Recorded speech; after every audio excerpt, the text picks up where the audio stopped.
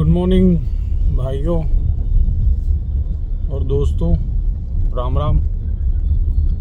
Hope आप सबका सब कुछ ठीक चल रहा है। और आज फिर एज यूजुअल डेली की तरह आज ऑफिस जा रहा हूँ। फिर अभी एक तो गुड़गांव जाने में इतना सर दर्द हो जाता ना कि इतनी दूर की ट्रैवलिंग करके। ऑल तो बहुत से लोग बहुत दूर दूर जाते हैं। मैं ये नहीं कह रहा हूँ, मैं बहुत दूर जा रहा हूँ। घर से 40 किलोमीटर है अराउंड अब मैं जहाँ से जाता हूँ। तो फिर ऊपर से ट्रैफिक, अगर खाली 40 किलोमीटर जाना हो ना तो वो इशू नहीं है, बट उसके बाद ट्रैफिक में फंसना मोर देन आवर, वो थोड़ा सा हेक्टिक है। तो ठीक है, जॉब तो करनी है, तो चलते हैं आज ऑफिस। आज फ्राइडे है तो बहुत कम लोग आएंगे।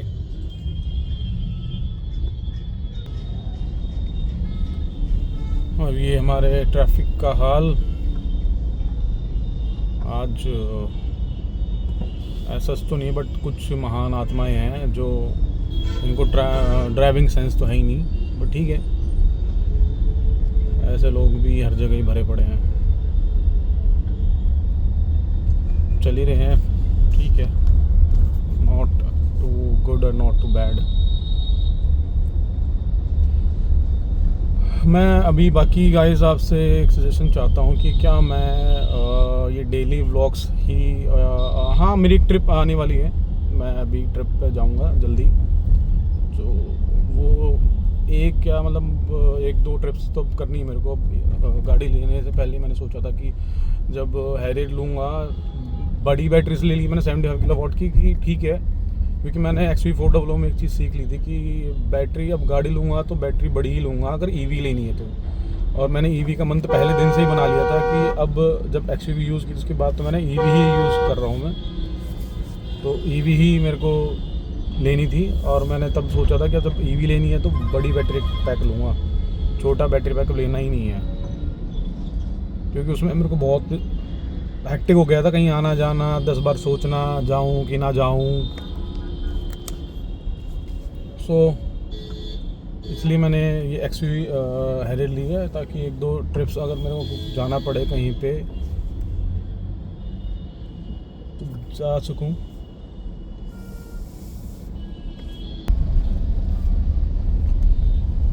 हाँ, थोड़ी सी मशक्क़त के बाद अब आ गए हैं। मैं रोड थोड़ा सा पैच है ही अब भी ख़राब इन द सेंस बना ही नहीं है वो।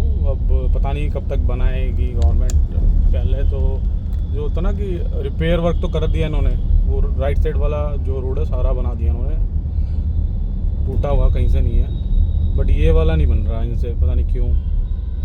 ठीक है, नाले बनने हैं, नाले वहाँ भी बनने हैं, बट ये वाला तो अटका के बैठ गए कि बना ही नहीं रहे हैं। और इसी की वजह से ज़्यादा ट्रैफिक लगता है और बहुत दूर तक लग जाता है, बहुत किलोमीटर तक।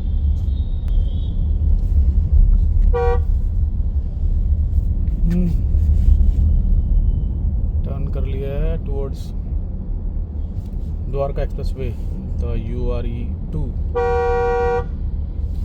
Urban extension road, UER2। हाँ, धीरे धीरे डेवलपमेंट हो जाएगी यहाँ पे, बहुत बढ़िया हो जाएगी आने वाले टाइम में। अभी यहाँ पे पहले प्रॉपर्टी नहीं होगी, गांव वालों की ज़मीन पड़ी है, खेत पड़े हैं, मेरे दोस्त के हैं, या राइट लेफ्ट साइड में जो सारे ये हैं मेरे दो फ्रेंड के हैं। रेंटल इनकम बना ली भाई ने, बहुत बढ़िया। कभी कभी सोचता हूँ कि सभी सोचते होंगे कि यार हमारे पास क्यों नहीं इतना पैसा, हमारे पास क्यों नहीं इतनी ज़मीन। अब जो मेरे कॉलेज में, जो मेरे एक्चुअली मैं कॉलेज जहाँ से पढ़ा हूँ वहाँ पे जो मेरे कुलीग थे, जो साथ में मतलब क्लासमेट्स थे कुलीग्स कह रहा हूँ, तो मोस्टली सब ऐसे थे जिसके पास दिल्ली में ज़मीन है। ज़मीन मतलब घर नहीं, खेत। ज़मीन घर वर तो यहाँ पे अब मतलब जिसने पहले ले लिया वो कोई बड़ी चीज़ नहीं है, बट जिसके पास ज़मीन है ना, खेत है, वो आज के टाइम में अगर उसने बेची नहीं तो रेंटल इनकम बहुत बढ़िया है। मतलब 10-10 लाख 20-20 लाख रुपए रेंट। और मेरे बहुत से दोस्त ऐसे हैं जिनके पास इतनी प्रॉपर्टी है और वो आज रेंटल इनकम ही खा रहे हैं, कुछ काम नहीं कर रहे हैं क्योंकि नीड नहीं है उनको। नीड कहाँ से होगी, इतना रेंट भी तो आ रहा है, वो भी तो संभालना है। नहीं कर रहे कोई भी इनमें से। हाँ, एक दोस्त है जो कर रहा है, बिजनेस भी कर रहा है और उसके रेंटल इनकम फिक्स है। वो थोड़ा सा और अपने आप को बढ़ा रहा है आगे बच्चों के लिए अपने।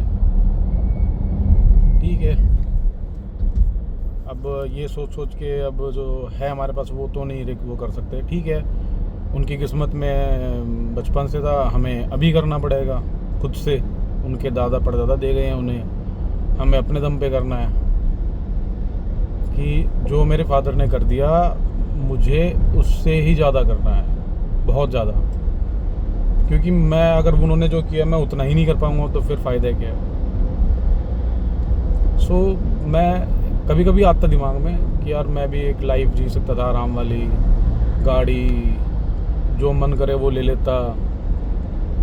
ऑल्दो अब भी वो कर रहा हूँ मैं, जो मेरा मन कर रहा हूँ ले रहा हूँ, बट एक विद लिमिट कि हाँ इससे ऊपर वाली गाड़ी नहीं बाय कर पाऊँगा क्योंकि फिर उसके बाद वो अफोर्डेबल, मतलब अफोर्डेबल भी, हाँ ये सेकंड थिंग ये भी सोचनी पड़ती है, पर अफोर्डेबल है नहीं है, रनिंग कॉस्ट क्या है गाड़ी की।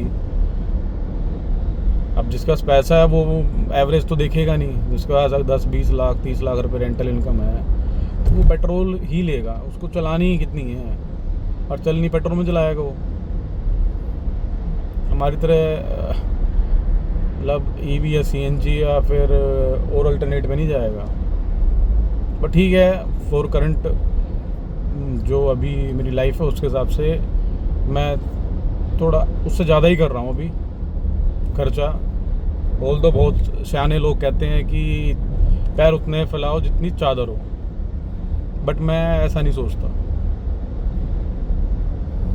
चादर तो बड़ी करनी पड़ेगी ना, कब तक सिकुड़ के रहोगे एक जगह ही। अब ये सोचते रहो कि चादर छोटी है तो पैर फैला नहीं सकते, तो ठीक है बस वो एक बाउंडेड लाइफ हो जाएगी हर चीज़ में, वो नहीं करनी।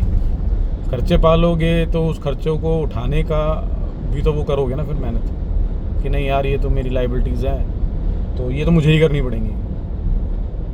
और जब आदमी कमा लग जाता है ना तो उसके मन में लालच आ जाता है और वो फिर हर तरीके से, कुछ लोग हर कोई ऐसे नहीं होता मेरे जैसे कि बस ठीक है शौक पूरे कर रहे हैं। बट हाँ, कुछ लोग ऐसे होते हैं जो उन पैसों को बचाते हैं और फिर आगे बुढ़ापे तक अपने बच्चों के लिए जोड़ते हैं। बट मैं ये कहता हूँ कि वो जब तुम कमा रहे हो पूरी ज़िंदगी भर, बच्चों के लिए जोड़ना है, तुम्हारी लाइफ कहाँ है?